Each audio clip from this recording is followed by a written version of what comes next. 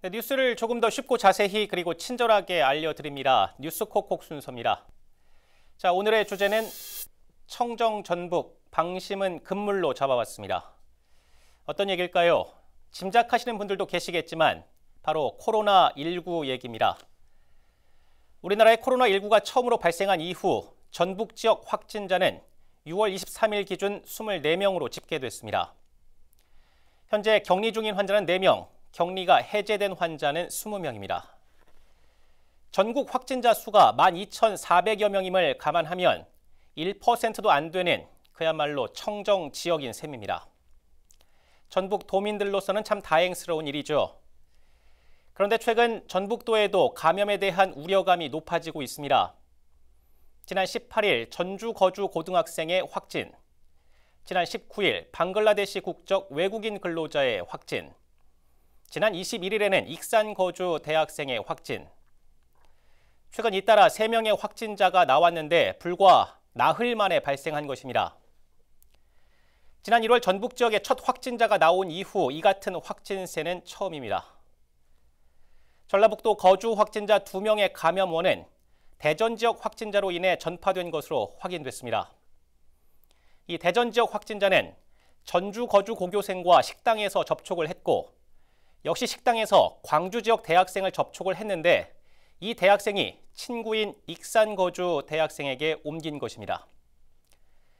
코로나19의 전파력이 얼마나 강한지 보여주는 사례입니다.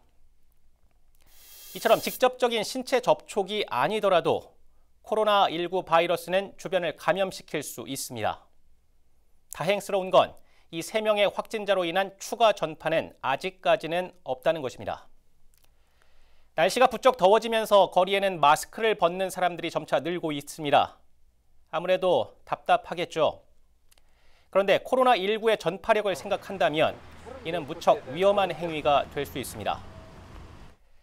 질병관리본부가 제시하는 코로나19 예방수칙입니다. 모두가 다 아는 얘기를 이렇게 다시 꺼내는 건 한 번 더 상기하자는 차원입니다. 우선 수시로 손을 꼼꼼히 씻습니다.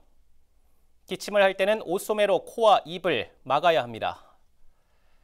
기침 등 호흡기 증상자는 의료기관을 방문할 때 반드시 마스크를 쓰고 의료진에게는 해외 여행력을 반드시 알려야 합니다. 감염병이 의심될 때는 질병관리본부 콜센터 1339번이나 지역보건소로 신고하면 됩니다. 이어서 현재 진행 중인 생활 속 거리두기 기본 지침도 다시 한번 꺼내드리겠습니다.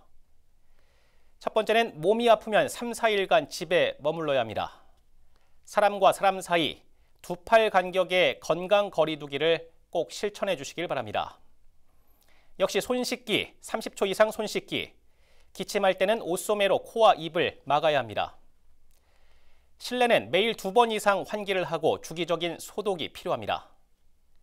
마지막으로 거리는 멀어도 마음은 가까이 하라는 지침도 여기에 담겨 있습니다. 자, 무엇보다 외출 시에는 혹은 사람을 대할 때 이 마스크를 반드시 착용하는 것이 중요하겠습니다. 자, 최근 확진자의 상당수는 젊은 층입니다. 전주에서도 주점이 모여있는 유흥가를 중심으로 밤이면 많은 젊은이들이 모여들고 있습니다. 물론 마스크를 쓰지 않은 사람들도 꽤 많습니다.